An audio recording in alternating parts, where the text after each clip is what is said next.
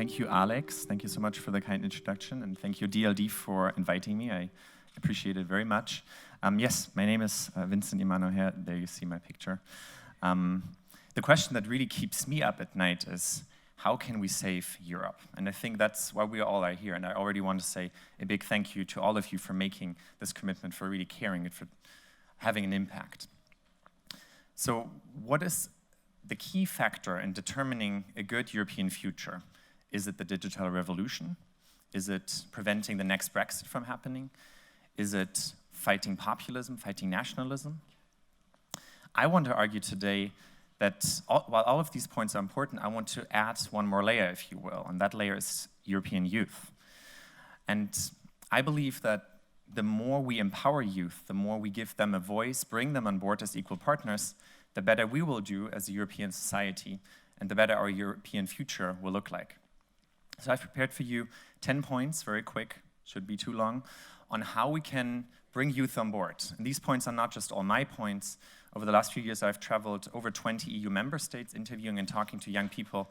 So what I will tell you today is a little bit a reflection of some of the points, the trends, the topics that youth are interested in, as well as some concrete ideas of what we can do.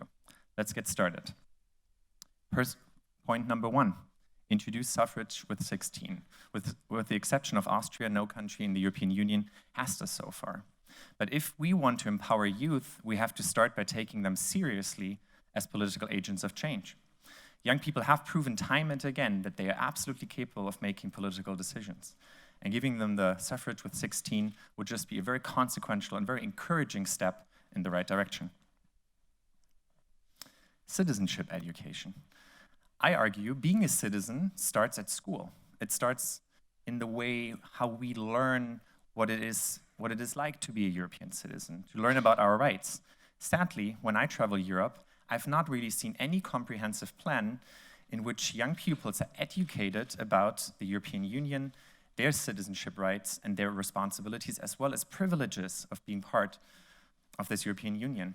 I think we need a mandatory, general, universal way of educating already in high school, so way before university, about these responsibilities, as well as privileges and the awesome possibilities that come with being a European citizen.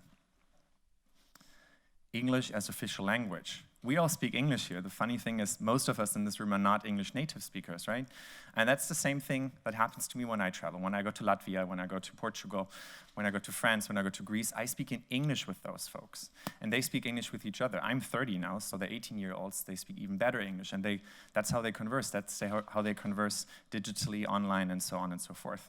So why don't we make this official and add English as an official language to each EU member state, so that when you move to those states and you seek work there, you can fill out your paperwork in English and don't have to hustle and be prevented from really participating in all the societies. An EU Citizens Commissioner. This is not my idea at all. It's actually an idea by Austrian thinker Verena Ringler, who proposed this just a few months earlier. She proposes to add a new position into the group of the European commissioners that exclusively focuses on citizens' concerns and civil society, doing two things. First, strengthening civil society, making sure there's certain frameworks, and that the European Commission also directly responds to civil society concerns and has kind of a point of contact to go to. And second, to also safeguard civil society activities. This is particularly relevant for young people who shy away from traditional political parties and kind of express their political interest in a different way, with grassroots movements, by kind of putting their campaigns online, going digital, joining movements. Fridays for Future is a wonderful example of that, but that's by far not the only one. And so civil society is under attack in some European countries, and young people feel this particularly. So we need to make sure that civil society is protected and safeguarded. An EU Citizens Commissioner could do exactly that. DiscoverEU for All is very close to heart. A few years ago, Martin, who sits over here with the hat, and I were traveling through the European Union using Interrail, and we had I think it's fair to say that we have a life-changing experience. Traveling Europe, experiencing this diversity really makes a difference in building your own European identity. In Vienna, we had dinner with author Robert Menasse, and we came up with this idea. Why couldn't the European Commission give out free Interrail tickets to each and every citizen when turning 18? This idea has since gone a long way, also thanks to a lot of politicians from different parties supporting it. There now is a DiscoverEU, as they call it, pilot project going on, and about 50,000 people have been selected to travel under this pilot. But we want more. We believe 50,000 is not enough when 5.5 million EU citizens turn 18 every year. We want all of them to get this ticket, so there's a universal basic right to mobility, a universal basic right to explore and experience Europe, universal basic right to become European.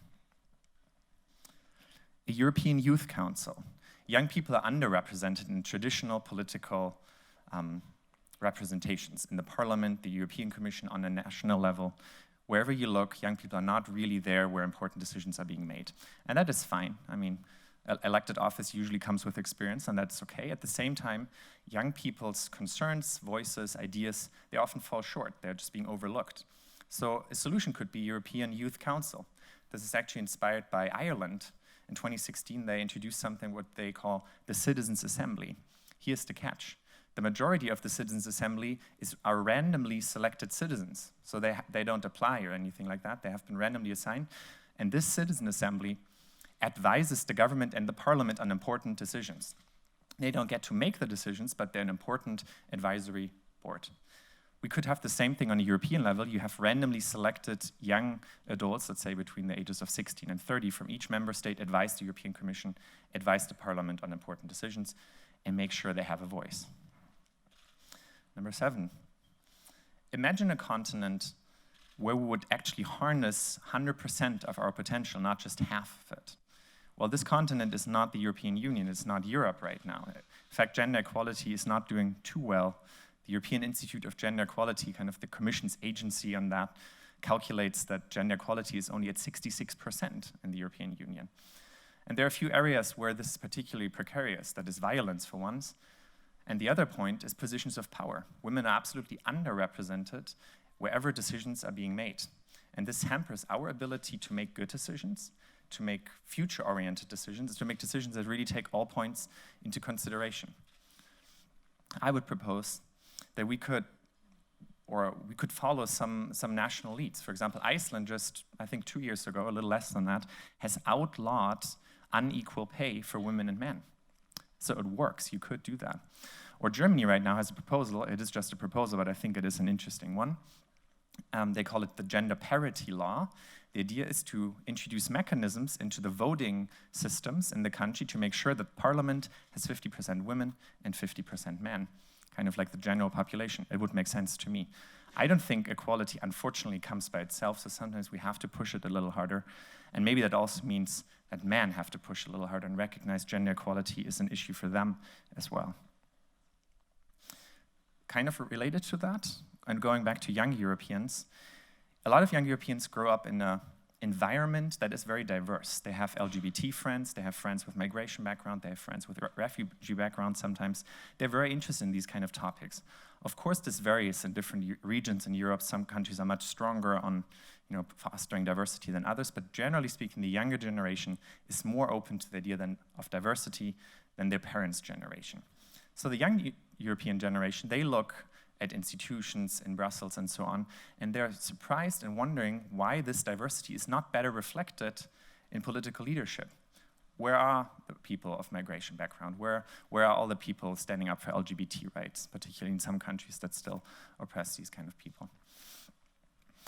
And this is interesting for me. I stand here, I'm straight, I'm white, I'm German, I'm a man. So I don't even know what discrimination feels like, but I have talked to a lot of people to at least get an inkling what this means.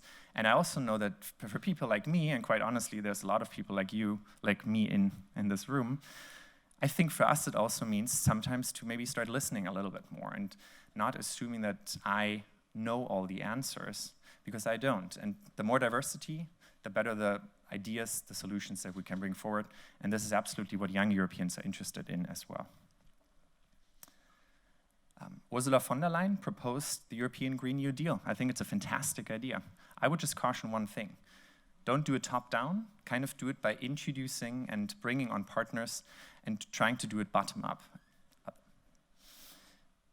why is this important? I think we see that sustainability is still an issue that is absolutely polarizing. I think there's this danger that we kind of fall into two camps. But what we could do is to really bring people on board, and particularly engage youth. And what youth group would be better to bring on board than those who have just put this topic back on our agenda? So I would propose to bring Fridays for Future into this process, into the Green New Deal negotiations as an official partner on eye level, and really take these young people seriously. The last point, I think my favorite point, I'm very excited about this, the European Constitution. In the mid-2000s, there were efforts to create a European Constitution. It failed, as we all know. I believe it might be the young generation's responsibility to take up this mantle again, to try another attempt, to really kickstart the process for the European Constitution. I believe that a constitution is not just some fancy sounding words or some legal document. It's a guiding light, it's a compass that helps us to make good decisions in times when it is very difficult to make those good decisions. It's kind of shared principles. Are we really surprised that we cannot move forward with the European project where we don't even have any shared principles that we really agree on in writing? And I think this process of kind of getting to a European Constitution can be really inclusive as well. It should gap generations, it should include countries, it should maybe include this idea of randomly selected citizens advising politicians and so on and so forth. But I think this would be another thing worth trying, and absolutely one that should include future generations. So here you have it. Those are the 10 points, Young European Action Plan. Let me just reiterate what I said at the beginning. If we empower young people, if we bring them on board, if we take them seriously and don't just see them as young people who still have to grow up, I think we'll all have a much better European future. Thank you for listening.